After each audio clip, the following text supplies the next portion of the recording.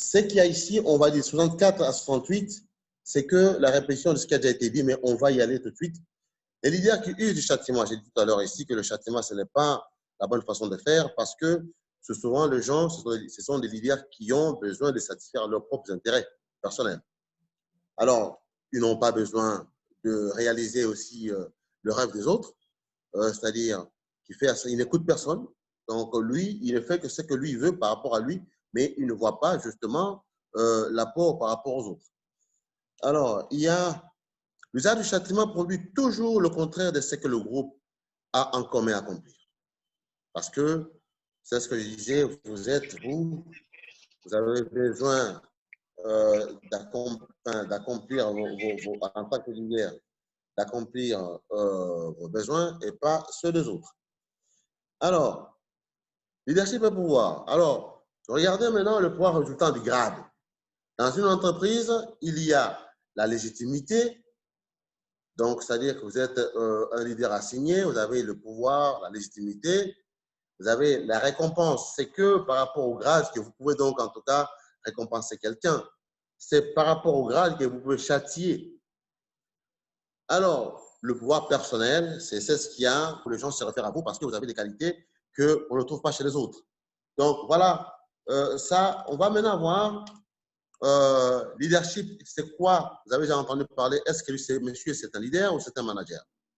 Un leadership est un procédé qui est similaire au management, oui. Et vous allez voir qu'il y a des similitudes, mais à un certain moment, mais il y a une grande différence après, et on va vous expliquer ça. La différence entre un leader et un manager. Voilà. Alors, le leader implique l'influence. Le management, c'est aussi pareil. Le leadership demande de travailler avec des gens. Le management, c'est aussi pareil. Parce qu'on ne peut pas manager lorsqu'il n'y a pas de gens. C'est pareil. Le leadership fait allusion à l'accomplissement effectif d'un objectif commun. C'est aussi le cas du management. Le manager aussi, il doit aussi accomplir donc un objectif commun. Mais vous allez voir la différence après. Le leadership demande un changement constructif. Il tend vers la perfection. Le leadership produit le changement et le progrès. Voilà, maintenant, la différence commence ici. Le leadership demande un changement constructif. Il tend vers la perfection. Le leadership produit le changement et le progrès. Voilà. Le management applique de l'ordre et de la consistance dans l'organisation. Le management se concentre sur l'ordre et la stabilité. Vous allez comprendre tout à l'heure encore en bas la différence. Le leadership et le management sont importants pour qu'une organisation prospère. Alors, un leader, le leadership prône quoi? Dans le leadership, donc, il y a ce qu'on appelle une vision. Un leader est un visionnaire. Il vient avec une vision pour changer les choses, pour arriver à quelque chose qui n'a jamais existé par le passé. Donc, un leader est un visionnaire. Vous n'avez pas tout ce que je vous ai donné, ça, il faut oublier ça. Mais suivez seulement ces explications-là, qui sont très simples à comprendre. Un leader est un visionnaire. Il vient avec une vision pour changer, c'est ça le progrès, pour changer ce qui n'a pas existé. Mais voilà, mais un manager, lui, ce n'est pas un visionnaire. Un manager, il prend la vision du leader et il applique. C'est ça l'ordre. Voici la différence. Un visionnaire, un leader est un visionnaire. Il vient avec la vision, il donne au manager. Le manager prend la vision du visionnaire, du leader, il applique la vision du leader pour en faire quelque chose. Vous allez voir ça, vous allez voir tout à l'heure ce que ça va donner. Alors, si une organisation, maintenant, regardez maintenant le problème où il est. Si une organisation a un management fort sans leadership, attendez, si une organisation a un management fort sans leadership, elle est bureaucratique. C'est-à-dire que vous êtes la gestion, vous gérez votre organisation. Le management, c'est la gestion en fait. Vous gérez l'organisation, vous êtes fort dans la gestion de votre organisation. Mais vous n'avez pas de vision. Parce que la vision, elle vous est donnée par un leader. Ou bien, lorsque vous avez un leadership, une vision qui est mal appliquée, on va voir ça après. Donc, vous avez une vision, mais cette vision-là, elle n'est pas bien appliquée donc, par le management, donc, dans la gestion de votre organisation, et vous avez une bureaucratie. Donc, vous allez voir une bureaucratie terrible. Donc, vous allez voir que dans votre organisation, vous avez des choses, il y a beaucoup de choses dans les départements à gauche à droite, mais parce qu'il n'y a pas une vision, c'est que vous êtes trop bureaucratique. Voilà. Par contre, si une organisation a un leadership fort, sans management, le changement opéré par le leadership sera mal orienté. Oui, c'est vrai. Parce qu'on vous a dit tout à l'heure ici que le manager, il applique, il oriente la vision. Il oriente la vision du leader. Mais lorsque vous avez un leadership fort, c'est-à-dire vous avez une forte vision, mais vous n'avez pas un management qui met de l'ordre dans cette vision, mais c'est quoi? C'est un leadership qui est mal orienté.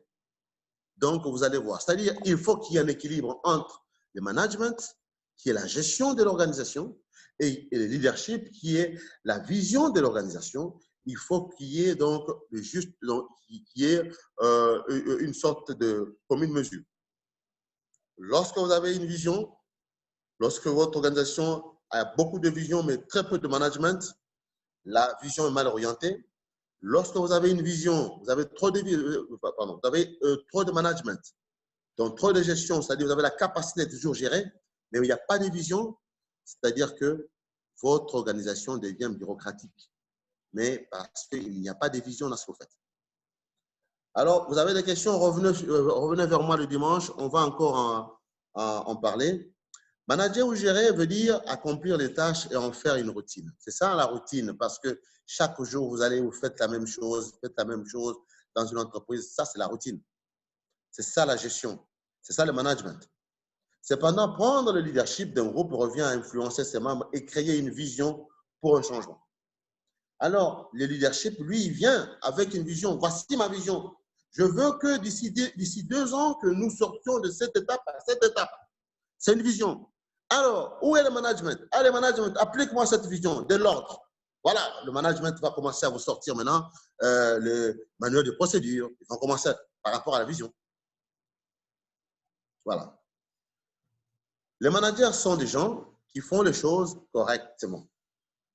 Et les leaders font des choses exactes et précises. Pourquoi? Les choses correctement, ce sont les mêmes choses. Chaque jour, vous faites les mêmes choses correctement. Vous répétez les mêmes choses. Les managers font les mêmes choses correctement. Mais par contre, les leaders font des choses exactes et précises. La vision, c'est une chose exacte et précise. D'accord. Les leaders subalternes travaillent ensemble pour un réel changement, alors que le manager et subalterne travaillent pour vendre la marchandise. Oui. C'est-à-dire un leader, quand il a ses subalternes à lui, donc ils sont en train de travailler, ils sont en train de partir de point A au point B pour un changement. Mais par contre, un leader, un manager, lui, avec ses subalternes, il n'est pas en train de partir avec les gens d'un point à un autre, mais il est en train de faire en sorte que les services qu'eux, ils vont mettre à la disposition des gens soient des services de qualité. Des services de qualité. Les managers, le leader et les subalternes, c'est dans le sens du progrès. Donc, dans le sens du changement. Le manager et les subalternes, c'est dans le sens de sortir donc des services appropriés qui correspondent donc à l'image de la vision. Le leadership est un phénomène du moment. Oui, parce que pour le moment, on parle de leadership partout, leadership, à gauche, à droite, on parle de leadership. Ça, c'est logique, non? Alors, pendant que le leader était décrit, pendant que le leader était décrit par le passé comme un être aux qualités innées, il est prouvé que le leadership est un procédé qui peut être appris. On l'a dit tout à l'heure ici qu'à l'époque, il y a les traits caractéristiques. Si on vous juge par rapport aux traits caractéristiques, donc là, vous êtes un leader né. Mais par contre, aujourd'hui, on peut apprendre à devenir donc, un leader. Ça s'appelle le leadership de procédé. Alors, vous avez ici les résumés. Les principaux types de leadership sont, on a dit tout à l'heure ici, le leadership assigné. C'est ce qu'on a dit tout à l'heure ici. Lorsque vous êtes dans votre organisation et il y a une position qui vous est donnée, c'est un leadership assigné. Le leadership émergent, on l'a dit tout à l'heure.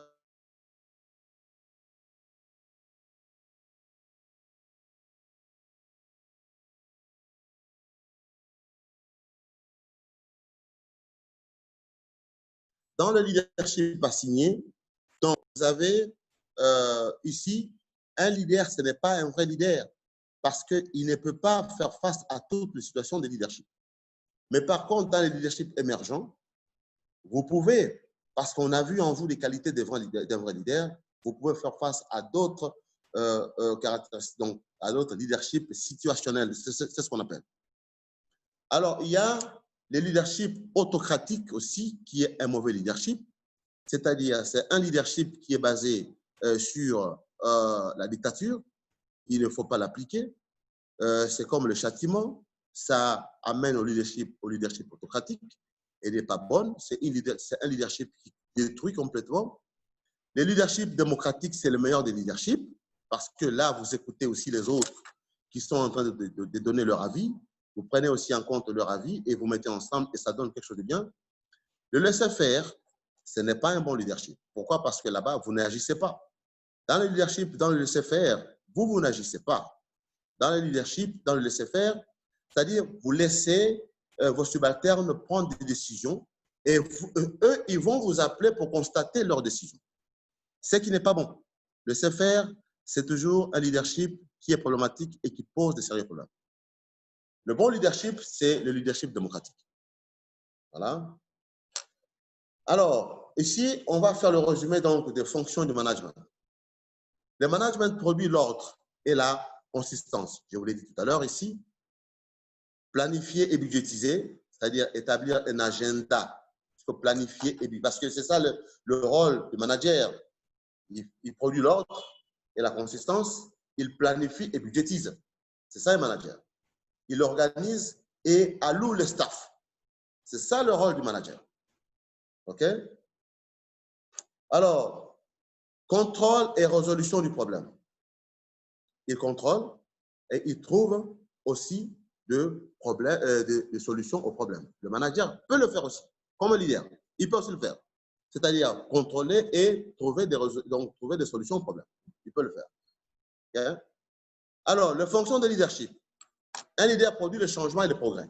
On l'a dit tout à l'heure. Il établit des orientations. Hein? Il produit une vision, établir des stratégies, il clarifie les orientations à suivre. Il assiste le staff, communiquer les objectifs, exiger un dévouement du staff et créer un esprit d'équipe. Ça, c'est un leader. OK? La motivation et l'inspiration. C'est beaucoup plus... Je vous ai dit tout à l'heure ici, il faut avoir l'esprit de feedback. Il faut motiver votre staff. Inspirer, galvaniser, motiver. Un staff qui n'est pas motivé, c'est un staff qui ne produira pas d'effets. C'est un staff, là, il n'y aura pas de performance lorsqu'il n'y a pas la motivation. Il faut booster le subordonné. Il faut satisfaire le besoin non accompli. C'est-à-dire, par exemple, vous avez votre staff qui n'a pas rempli telle ou telle mission parce que le staff n'a pas eu de moyens qu'il faut. Il faut lui donner les moyens pour qu'il puisse remplir cette mission-là. Parce qu'un staff qui ne remplit pas sa mission, c'est comme un animal blessé. Il a l'impression qu'on ne l'écoute pas et que ce que lui propose comme solution au problème n'est jamais écouté. Il se sent dévalorisé. Théorie de leadership. Voilà, il y a ici à peu près 8 théories de leadership que nous allons voir. Il y a ce qu'on appelle donc the Great Man Theories. En anglais, ça s'appelle Great Man Theories. Donc, c'est les théories des grands hommes qui supposent que la capacité de leadership est inhérente au fait que les grands leaders sont nés. On l'a dit tout à l'heure ici. Ce sont des gens qui ont des traits caractéristiques. Ils ne sont pas faits. Il n'y a pas de procédé pour eux. Ils sont nés avec des qualités de leaders. Ces théories décrivent souvent les grands leaders comme héroïque, mythique, les Lumumba, est destiné à se hisser au niveau des leaders en cas de besoin. Le terme grand homme a été utilisé parce qu'à l'époque, le leadership était considéré principalement comme une qualité masculine en termes de leadership militaire. Donc, c'est-à-dire qu'il n'y avait pas de femmes. Et pourtant, aujourd'hui, on a vite vu aussi Indira Gandhi, c'était une femme leader. On a vite vu donc ce qu'elle a fait jusqu'à se faire tuer. C'était une femme qui a vraiment montré, j'aimerais faire une différence. Indira Gandhi, ça n'a rien à voir avec Mahatma Gandhi. Ils ne viennent pas de la même famille, absolument pas. OK? Donc, il y a maintenant les théories des traits, similaires à certains égards aux théories des grands hommes. Oui, parce qu'on a l'impression, non, les théories des traits caractéristiques et les théories des grands hommes, il y a une similitude, mais vous allez voir la petite différence. Donc, les théories des traits supposent que les gens héritent de certaines qualités et traits qui le rendent mieux adaptés au leadership. On l'a dit tout à l'heure ici. La taille, on l'a dit tout à l'heure ici, le regard, la voix, on a dit tout à l'heure aussi, ils ont aussi leur façon de parler, ils ont aussi leur façon de marcher. Ce sont des traits caractéristiques. Les théories traits identifient souvent une personnalité particulière ou des caractéristiques comportementales que l'on retrouve chez les leaders. Ce sont des traits caractéristiques, on l'a dit par le passé.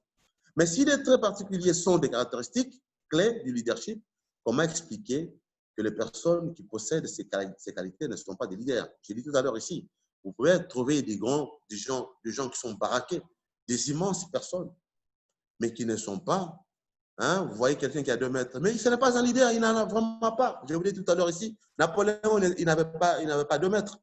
Hitler n'en avait pas. Mais, et pourtant, d'ailleurs, vous avez toujours entendu parler, Batamikou, c'est Baza, Makamamakas, Baza Presse. Oui, parce que tout simplement, il y a aussi des qualités qui contredisent les traits caractéristiques des leaders. Il n'est pas dit parce que tu es grand, tu es éloquent, que tu es leader. Alors, cette question est l'une des difficultés à utiliser donc les théories des traits pour expliquer le leadership. Justement ça, parce qu'il y a beaucoup de gens qui posent des questions là. Mais pourquoi il y a des gens qui ont ces qualités-là, mais qui ne sont pas des leaders? Ah oui, c'est ça, comment je veux dire, le phénomène Dieu. Dieu peut vous donner des qualités, peut vous donner certaines choses, mais qui ne correspondent pas donc, à ce que lui, il attend de vous. Il n'y a pas, jusqu'à aujourd'hui, on ne peut pas vous dire qu'il y a une réponse appropriée à ça, que quelqu'un va vous dire que non, il y a une réponse appropriée à ça. Non, la question est celle-là. On a des gens qui ont les traits caractéristiques, mais qui ne sont pas des leaders. Mais comment expliquer cela? On n'a pas de réponse à ça. Ça n'existe pas. Il n'y a que Dieu lui-même qui peut nous dire pourquoi des gens qui ont ces traits-là n'ont pas ces caractéristiques-là. Alors, mais ils ont l'avantage, ces gens-là. Parce qu'aujourd'hui, il y a le leadership de procédés. Ils peuvent apprendre et user donc de ces avantages-là pour devenir de grands leaders. Ça peut se passer. C'est possible. Si on n'est pas né leader, c'est possible. Alors, théorie des contingences. Les théories des contingences du leadership se concentrent sur des variables particulières liées à l'environnement qui pourraient déterminer quel style particulier de leadership est le mieux adapté à la situation. Selon cette théorie, aucun style de leadership n'est meilleur dans toutes les situations. Je vais vous expliquer ça. Le succès dépend d'un certain nombre de variables, y compris le style de leadership, les qualités des adeptes et les aspects de la situation. Voilà. Théorie des contingences, c'est quoi? C'est-à-dire, c'est une théorie qui vous ramène, donc qui se base sur certaines variables, certains éléments particuliers liés à l'environnement qui déterminent quel style particulier de leadership est le mieux adapté à une situation. Je vous ai dit tout à l'heure ici que non, un leader assigné, ce n'est pas toujours un bon leader parce qu'il n'est pas leader dans toutes les situations. Mais par contre, un leader référent, c'est celui-là dont les autres trouvent en lui certaines capacités de leadership. On trouve en lui, il a beaucoup plus de capacités à être vraiment un leader qui peut faire face à plusieurs situations en même temps. Alors, la théorie des contingences, donc, ça vous permet, ça donne des variables. Ce sont des éléments. Ça vous permet aussi, ça donne des éléments qui vous permettent en même temps de déterminer quel style particulier de leadership qu'il faut appliquer à un problème donné pour trouver une solution au problème. Parce que tous les problèmes que nous connaissons ne peuvent pas être résolus par le même leader, ne peuvent pas être résolus par les leaders qui évoluent dans tel ou tel secteur. Non. Mais donc, il y a, dans les théories de contingence, il y a certains éléments qui vous permettent, de sortir, de déterminer le style de leadership qu'il faut appliquer donc à un problème donné. Il y a ça. Attends, il y a ça. Les théories situationnelles, c'est ce que j'ai dit tout à l'heure ici. Elles proposent que les leaders choisissent le meilleur plan d'action en fonction de la variable situationnelle. C'est-à-dire, lorsque vous avez une situation quelconque, vous êtes leader, on vous dit, voici le problème qui vient de tomber. C'est comme aujourd'hui, c'est comme avant-hier. Le gars là qui a tué Floyd aux États-Unis, c'était un problème. Immédiatement, quand on a fait venir donc le numéro 1 donc, de la police de Minneapolis, il a demandé à visionner donc, les vidéos. Il était dans une situation où on a tué quelqu'un. Et les policiers, les 4 policiers qui ont pris part à cette histoire-là ont commencé à boutiquer, ont commencé à mentir. Donc, un chef, il a maintenant le pouvoir d'appliquer maintenant, de choisir le meilleur plan d'action en fonction de la variable situationnelle pour pouvoir se démarquer. Et il a bien fait parce que le chef de la police de Minneapolis a pris la décision de foutre tous ces gens-là, les 4 policiers, dehors. Ils ont été chassés. Ça permet aujourd'hui à l'État de Minneapolis de le pourchasser. Le gouverneur a dit, on va le pourchasser. Ils seront pourchassés, ils seront poursuivis au tribunal. Voilà, différents styles de leadership peuvent être plus appropriés pour certains types de prise de décision. Donc voilà un cas qui a permis, il a dit, il est chef, il a pris une décision, le meilleur plan possible, c'était de prendre la décision donc de renvoyer ces gens. Et vous avez vu ce qui s'est passé donc à Minneapolis jusqu'à aujourd'hui. C'est carrément la guerre. Maintenant, imaginez-vous s'il n'a pas pris cette décision, ça aurait été 3 fois ça. Voici un chef qui a pris donc cette décision. Ça s'appelle des théories situationnelles. Dans une situation donnée, un chef est appelé à prendre une décision donnée pour pouvoir répondre à un problème donné. Théorie comportementale. Les théories comportementales du leader sont basées sur la conviction que les grands leaders sont faits. Ils ne sont pas nés. Voilà, on revient encore donc à cette histoire des caractéristiques. Ils sont faits, ils ne sont pas nés. Les grands leaders sont faits, ils ne sont pas nés. Enracinée dans le comportement, cette théorie des leadership se concentre sur les actions des leaders et non sur les qualités mentales ou les états internes. Selon cette théorie, les gens peuvent apprendre à devenir des leaders par procédé ou par observation. Oui, justement, oui, c'est ce qu'on a dit tout à l'heure ici. Oui. Aujourd'hui, les théories comportementales du leadership sont basées sur la conviction que les grands leaders sont faits. Ils ne sont pas nés. Donc, pour eux, les traits caractéristiques ne comptent pas. Ils sont faits, ils ne sont pas nés. Donc, ce sont des gens qui peuvent devenir des leaders. C'est-à-dire, vous et moi, vous pouvez devenir des leaders par procédé. C'est ça, la théorie comportementale. Ce sont des gens qui sont faits. Ils sont faits par procédé. Ils ne sont pas nés. À la différence des traits caractéristiques qui disent que les gens sont nés des leaders. D'accord. Je crois que là, nous sommes compris. Alors, les théories participatives, elles suggèrent que le style de leadership idéal est celui qui prend en compte la vision des autres. On l'a dit tout à l'heure ici. Dans le leadership démocratique, on a dit que les gens sont obligés. Quand on est un bon leader, c'est celui qui écoute les autres et qui laisse les autres aussi donner leur avis, qui doivent participer à la prise de décision. Ça s'appelle les théories participatives. Voilà, tout ça, ce sont des traits caractéristiques de leadership. Il est vrai que vous ne pouvez pas apprendre tout ça aujourd'hui. Avec le temps, vous allez apprendre, vous allez comprendre tout ça, les théories donc participatives qui laissent aussi aux subalternes de donner leur avis et de participer à la prise de décision. C'est capital. Cette théorie encourage la participation et les contributions des membres du groupe et les aide à se sentir plus pertinents et engagés dans le processus de prise de décision. J'ai dit tout à l'heure ça. Alors, on est presque au bout d'ailleurs. Théorie de management. Cette théorie également, appelée théorie transactionnelle, se concentre sur le rôle de la supervision de l'organisation et de la performance du groupe. Cette théorie fonde le leadership sur un système de récompense et de punition. Oui, voilà, ce sont des théories qui vous permettent en même temps, ça sont des théories des gens, de management, c'est-à-dire vous êtes, vous leader, vous êtes un leader assigné, votre position de légitimité vous donne cette position-là, et voilà, ça vous permet, vous jouez le rôle de supervision de l'organisation et de la performance du groupe. Mais en même temps, cette théorie fonde dans le leadership sur un système de récompense et de punition, c'est-à-dire on récompense le subalterne par rapport à ce qu'il a fait, on veut qu'il arrive à quelque chose, on punit le subalterne par rapport à ce qu'il a fait et on veut qu'il arrive à quelque chose. Et on veut qu'il y ait un changement. Donc voilà. Si on n'a pas de questions, les questions, on les aura demain, dimanche, on va vraiment y travailler. Théorie sur la relation entre le leader et le subalterne. Ça, c'est la théorie connue. Hein. Cette théorie appelée aussi théorie transformationnelle.